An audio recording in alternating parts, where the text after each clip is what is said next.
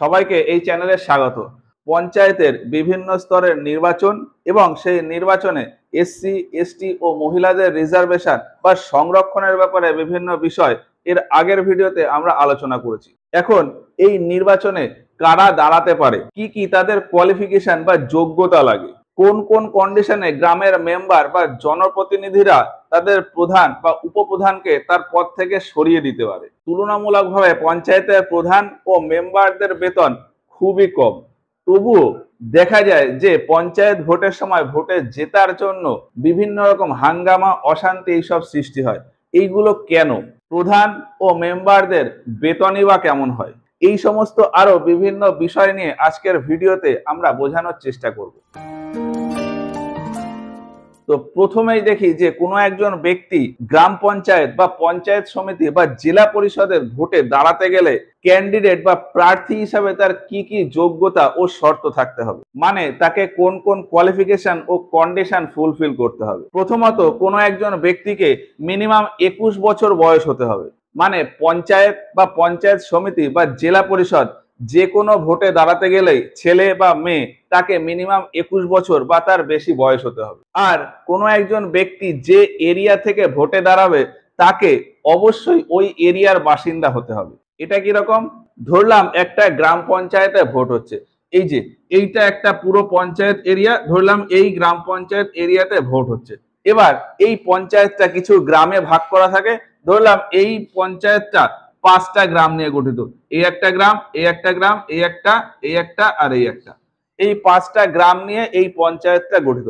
এবার প্রত্যেকটা গ্রাম আবার কিছু পার্টে ভাগ করা থাকে। তো ধরলাম এই যে গ্রামটা, এই গ্রামটা 8টা পার্টে বিভক্ত, এই গ্রামটা 8টা পার্টে বিভক্ত, এই গ্রামটা 9টা পার্টে, এই গ্রামটা 4টে, এই গ্রামটা 2টো আর এই গ্রামটা 7টা পার্টে বিভক্ত। তাহলে টোটাল পার্ট কত? টোটাল পার্ট সংখ্যা হলো 30। টোটাল পার্ট কটা? 30। তাহলে এই পঞ্চায়েতের আন্ডারে টোটাল পার্ট হচ্ছে 30।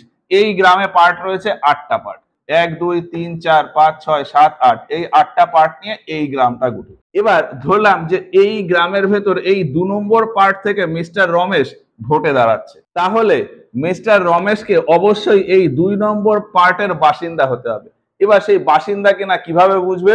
সেটা হলো এই পার্টে ভোটের সময় যে ভোটার লিস্ট আসে, মানে ইলেকটোরাল রোল, এই পার্টের জন্য যে ভোটার লিস্ট, সেই ভোটার লিস্টে মিস্টার রমেশের নাম থাকতে হবে।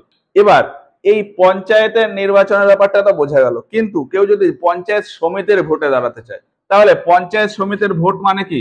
পঞ্চায়েত সমিতির ভোট সেটা হচ্ছে একটা ব্লকের আন্ডারে যতগুলো গ্রাম পঞ্চায়েত থাকে ততগুলো পঞ্চায়েত সমিতি হয়। ধরলাম এইটা একটা ব্লক রয়েছে, এই ব্লকের আন্ডারে কটা পঞ্চায়েত? 1 2 3 4 5 6, এই ব্লকের আন্ডারে 6টা পঞ্চায়েত রয়েছে। 6টা পঞ্চায়েত রয়েছে, এই 6টা পঞ্চায়েতের ভিতর ধরলাম এই পঞ্চায়েত এরিয়া, এই পঞ্চায়েত এরিয়াটাই হলো এইটা। তাহলে এই পঞ্চায়েত এরিয়াটা হলো এটা। এবার এই পঞ্চায়েত থেকে একজন ভোটে দাঁড়াবে, ঠিক একইভাবে তাহলে 6টা পঞ্চায়েত থেকে 6 জন ভোটে দাঁড়াবে পঞ্চায়েত সমিতির ভোটে। তাহলে এই 6টা পঞ্চায়েত থেকে 6 জন পঞ্চায়েত সমিতির ভোটে দাঁড়াবে। এবার ধরলাম যে এই যে পঞ্চায়েত, মানে এই পঞ্চায়েত এরিয়া থেকে মিস্টার রাহুল ভোটে দাঁড়াতে চাইলো পঞ্চায়েত সমিতির ভোটে। তাহলে এই পঞ্চায়েত থেকে পঞ্চায়েত সমিতির ভোটে কে দাঁড়াতে চাইলো? মিস্টার রাহুল। তাহলে বলা আছে যে মিস্টার রাহুলকে অবশ্যই এই পঞ্চায়েত এরিয়ার বাসিন্দা হতে হবে। মানে এমন না যে মিস্টার রাহুল এই পঞ্চায়েত এরিয়ার বাসিন্দা, তিনি এই পঞ্চায়েত এরিয়া থেকে ভোটে দাঁড়ালো, এরকম করলে কিন্তু হবে না। মিস্টার রাহুলকে অবশ্যই এই পঞ্চায়েত এরিয়ার একজন বাসিন্দা হতে হবে। এবার সেটা কি করে বুঝবে? সেটা হচ্ছে এই পঞ্চায়েত এরিয়ার ভেতরে যতগুলো গ্রাম আছে, সমস্ত গ্রামের ভেতর যতগুলো পার্ট আছে, মানে এই টোটাল 30টা পার্ট, এই 30টা পার্টের এই পঞ্চায়েত এরিয়ার ভেতর 30টা পার্টের যে কোনো একটা পার্টের ভোটার লিস্টে মিস্টার রাহুলের নাম থাকতে হবে। তাহলেই বোঝা যাবে যে মিস্টার রাহুল এই পঞ্চায়েতের বাসিন্দা। ঠিক একই রকম ভাবে পঞ্চায়েত সমিতির পরে যখন জেলা পরিষদের ভোট আসবে, জেলা পরিষদের ভোটটাও ঠিক তাই।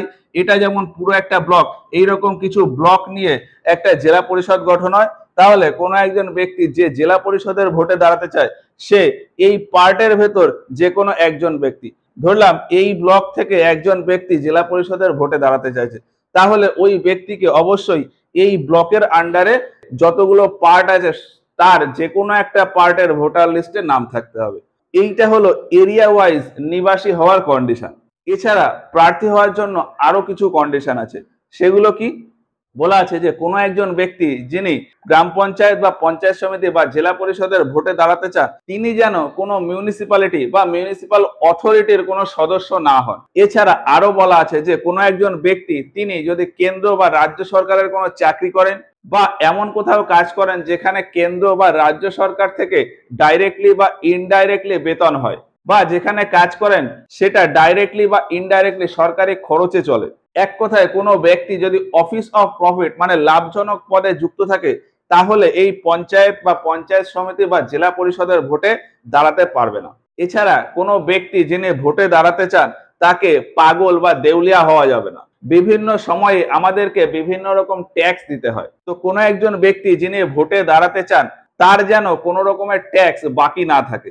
এছাড়া আরো বলা আছে যে কোনো একজন ব্যক্তির যদি কোর্ট দ্বারা কোনো সাজা হয়, তাহলে তার সাজা কমপ্লিট হয়ে যাওয়ার পর মিনিমাম 5 বছর পরই ওই ব্যক্তি নির্বাচনে দাঁড়াতে পারবে। তো ভোটে দাঁড়াতে গেলে এই সমস্ত কন্ডিশনের কথাই পশ্চিমবঙ্গের পঞ্চায়েত আইনে উল্লেখ রয়েছে। এছাড়াও রাজ্যের আইনসভা চাইলে আরো কোনো যোগ্যতা ও শর্তের কথা বলতে পারে, এবং এই সমস্ত বিষয় প্রত্যেকটা রাজ্য নিজেদের মতন করে ঠিক করে নেবে, এরকমটাই সংবিধানে উল্লেখ রয়েছে। তাহলে প্রার্থী হতে গেলে কি কি যোগ্যতা ও কন্ডিশন ফুলফিল করতে হবে সেটা তো দেখলাম। এগুলো ফুলফিল না হলে কোনো একজন ব্যক্তি তিনি কিন্তু ভোটে দাঁড়াতে পারবে না। এখন ধরলাম যে কোনো একজন ব্যক্তি ভুলভাল করে এই ভোটে দাঁড়িয়ে গেল, মানে এর ভিতর হয়তো কোনো একটা কন্ডিশন স্যাটিসফাই করেনি, তাও ভোটে দাঁড়িয়ে গেল এবং ফাইনালি জিতেও গেল। তাহলে এবার কি করা যাবে? তো এই বিষয়টা যখনই জানাজানি হবে, তখনই ওই ব্যক্তির সদস্য পদ পঞ্চায়েত বা পঞ্চায়েত সমিতি বা জেলা পরিষদ থেকে ক্যান্সেল হয়ে যেতে পারে, মানে তিনি আর ওই পঞ্চায়েত সিস্টেমের মেম্বার থাকবেন না। তবে এর পাশাপাশি আরো কিছু কন্ডিশন আছে যার ভিত্তিতে পঞ্চায়েত সিস্টেমের কোনো মেম্বারকে তার পদ থেকে সরিয়ে দেওয়া যায়। যেমন কোনো একজন মেম্বার যদি তার দায়িত্ব সঠিকভাবে পালন না করে, বা কোনো একজন মেম্বারের উপর হয়তো এমন কোনো অভিযোগ পড়লো যার জন্য সাধারণ মানুষের উপর প্রভাব পড়বে, বা কোনো একজন মেম্বার যদি তার ক্ষমতার অপব্যবহার করে, এই সমস্ত বিভিন্ন ক্ষেত্রে গ্রাম পঞ্চায়েত বা পঞ্চায়েত সমিতি বা জেলা পরিষদের কোনো সদস্যকে তার পদ থেকে সরিয়ে দেওয়া যায়। বোঝার সুবিধার্থে আমরা দুটো সিচুয়েশন ধরলাম, যে কোনো একটা গ্রাম পঞ্চায়েতের কোনো একজন মেম্বার এবং ওই পঞ্চায়েতের প্রধান, এই দুজনকে তাদের পদ থেকে সরিয়ে দেওয়ার জন্য কি কি প্রসিডিওর আছে সেটা দেখি। এই পঞ্চায়েতটার ক্ষেত্রেই বলি, এই পঞ্চায়েতে টোটাল গ্রাম হচ্ছে 5টা এবং সমস্ত পার্ট মিলিয়ে টোটাল পার্ট সংখ্যা হলো 30। তার মানে এই পঞ্চায়েতের আন্ডারে টোটাল মেম্বার সংখ্যা হলো 30। এবার এই পঞ্চায়েতের ভেতরে এই গ্রামের ভেতর এই 6 নম্বর পার্টে যে মেম্বার আছেন তিনি হলেন মিস্টার পাল, এটা ধরে নিলাম। তাহলে এই 6 নম্বর পার্টে মেম্বার হলো মিস্টার পাল। এবার এই মিস্টার পালের বিরুদ্ধে হয়তো এই পার্টের মানুষজনদের কিছু অভিযোগ রয়েছে এবং তারা মিস্টার পালকে তার সদস্য পদ থেকে সরিয়ে দিতে চায়। এবার তাহলে কি করা যাবে? এই পাড়ার মানুষজন একটা লিখিত অভিযোগ জানাবে এই পঞ্চায়েতের যে প্রধান আছে তাকে, এবং ওই অভিযোগে এই পার্টের অধিকাংশ মানুষেরই সমর্থন থাকতে হবে। সেটা ওই অভিযোগপত্রে স্বাক্ষরের মাধ্যমে করলেই হয়। এবার ওই প্রধানের কাছে যখন এই অভিযোগপত্রটা আসবে, প্রধান তখন এই গ্রামের বাকি যারা মেম্বাররা আছে তাদেরকে একটা প্রাইমারি ইনভেস্টিগেশনের কথা বলবে, এবং প্রধান এই বাকি মেম্বারদের কাছ থেকেও জানতে চাইবে যে ওই মিস্টার পালের বিরুদ্ধে যে অভিযোগটা এসছে সেই রকম কি আদৌ সম্ভব কিনা, বা ওই অভিযোগের কতটা ভিত্তি রয়েছে। এবার ফাইনালি পঞ্চায়েতে যখন মিটিং বসবে, তখন প্রধান ও উপপ্রধান সহ পঞ্চায়েতে এই যে টোটাল 30 জন মেম্বার আছে তারা নিজেদের ভেতর বিভিন্ন আলোচনা করবেন মিস্টার পালের উপর আসা ওই অভিযোগটা নিয়ে, এবং শেষমেশ ভোটিং হবে।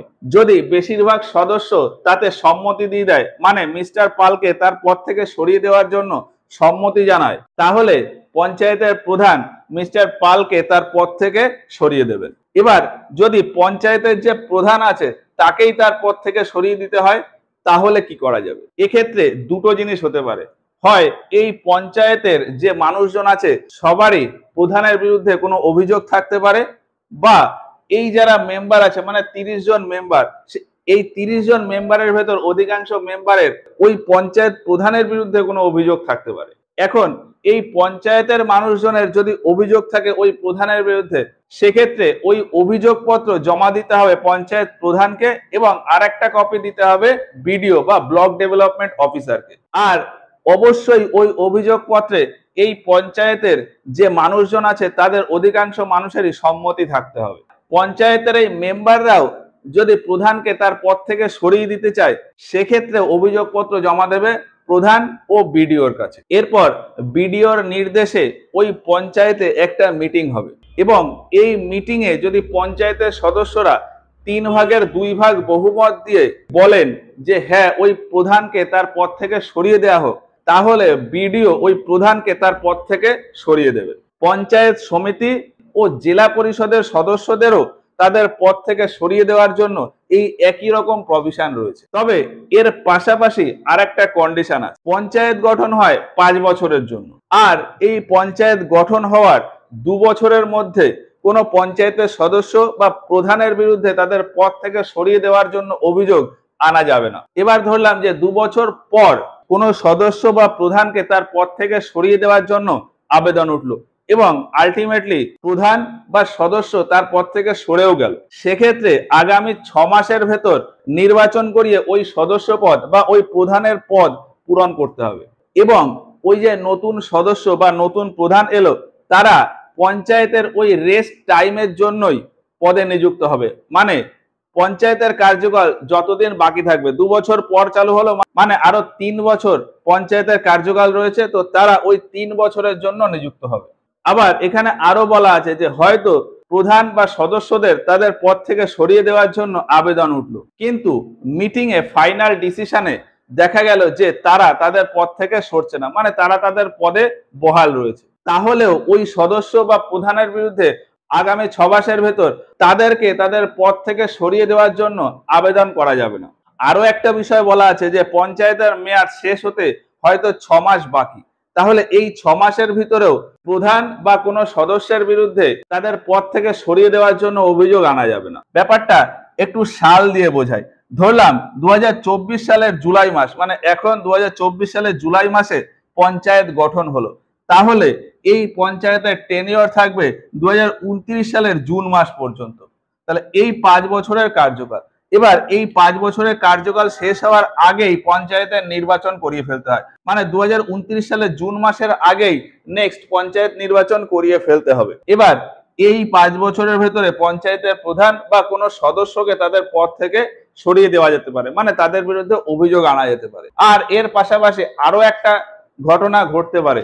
সংসদে যেমন বিভিন্ন কারণে লোকসভা ও রাজ্যসভা ভেঙে যায়, ঠিক সেই রকমই পঞ্চায়েতের সদস্যদের মত পার্থক্য বা অন্যান্য বিভিন্ন কারণে একটা পঞ্চায়েত ভেঙে যেতে পারে, কিন্তু 2 বছরের আগে কিছুই হবে না। মানে ধরলাম এই যে 2024 সালের জুলাই মাসে পঞ্চায়েত গঠন হয়েছিল, তাহলে 2026 সালের জুলাই মাসের আগে পঞ্চায়েত ভাঙা যাবে না বা পঞ্চায়েতের কোনো সদস্য বা প্রধানের বিরুদ্ধে তাদের পদ থেকে সরিয়ে দেওয়ার জন্য কোনো অভিযোগও আনা যাবে না। এবার ধরলাম যে 2026 সালের সেপ্টেম্বর মাসে গিয়ে পঞ্চায়েত ভেঙে গেল বা প্রধান অথবা অন্য কোনো সদস্যকে তাদের পদ থেকে সরিয়ে দেওয়া হলো, তাহলে আগামী 6 মাস মানে 2027 সালের মার্চ এর ভিতরে নতুন করে ইলেকশন বা নির্বাচন করিয়ে ওই পঞ্চায়েত আবার গঠন করতে হবে, বা প্রধান বা সদস্যকে যদি তার পদ থেকে সরিয়ে দেওয়া হয় তাহলে নির্বাচন করে ওই সদস্য পদ আবার পূরণ করতে হবে। তবে 2029 সালের জানুয়ারি মাস বা তার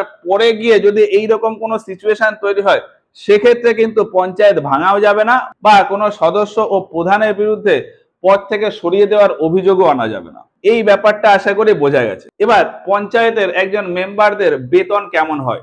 বেতনের কথা বলতে গেলে পঞ্চায়েতের 3টে স্তর মিলিয়ে টোটাল 9 ধরনের কর্মীদের বেতনের কথা বলা যায়। যেমন জেলা পরিষদের সভাধিপতি, সহসভাধিপতি বা উপসভাধিপতি এবং সদস্য, এদের বেতন যথাক্রমে মাসিক 9,000, 7,000 এবং 5,000 টাকা। পঞ্চায়েত সমিতির ক্ষেত্রে সভাপতি, সহসভাপতি ও সদস্যদের মাসিক বেতন যথাক্রমে 6,000, 5,000 এবং 3,500 টাকা। আর গ্রাম পঞ্চায়েতের ক্ষেত্রে প্রধান, উপপ্রধান ও সদস্যদের মাসিক বেতন যথাক্রমে 5,000, 4,000 ও 3,000 টাকা। এছাড়াও এই সদস্যরা কিছু টিএ মানে ট্রাভেল অ্যালাওয়েন্স পান। এই বেতনগুলি মোটামুটি একটা হিসাব, অ্যাকচুয়াল অর্থে এর বেশি কম হতেই পারে। সেটা যারা মেম্বার রয়েছেন বা প্রধান রয়েছেন তারাই আরো ভালো বলতে পারবে। স্বাভাবিকভাবেই এই বেতন তুলনামূলক অনেক কম, তবুও এই পঞ্চায়েতের মেম্বার বা প্রধান হওয়ার জন্য দেখা যায় যে বিভিন্ন সময়ে হাঙ্গামা অশান্তি লেগেই থাকে এবং যারা ভোটে দাঁড়ান তারা মরিয়া হয়ে পড়েন ভোটে জেতার জন্য। এসবের পেছনে বিভিন্ন রকম কারণ থাকে। এই মেম্বারদের বেতন কম হওয়ার পেছনেও কিছু কারণ আছে। তার ভিতর একটা কারণ হলো এই মেম্বাররা যেহেতু আইন তৈরির সাথে জড়িত না। মানে কি, ভারতবর্ষ একটা গণতান্ত্রিক রাষ্ট্র, অর্থাৎ দেশের বিভিন্ন সিদ্ধান্ত নেওয়া হবে জনগণ দ্বারা বা দেশের আইন তৈরি করবে জনগণ। এখন জনগণ যেহেতু ডাইরেক্ট এই কাজের সাথে যুক্ত না, তাই জনগণের দ্বারা নির্বাচিত এমপি বা এমএলএ এরাই দেশের সংসদ বা রাজ্যের আইনসভাতে বসে এবং দেশ ও রাজ্যের জন্য বিভিন্ন সিদ্ধান্ত নেয় ও আইন তৈরি করে।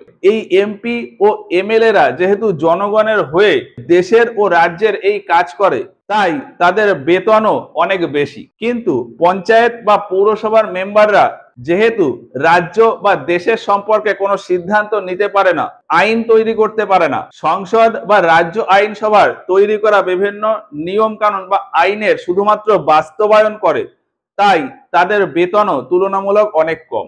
এছাড়াও আরো বিভিন্ন রকম কারণ রয়েছে। তো এই পুরো ব্যাপারটা আশা করি বোঝা গেল। আজকের মতো ভিডিওটা এই পর্যন্তই। দেখা হচ্ছে এর পরের ভিডিওতে। ধন্যবাদ।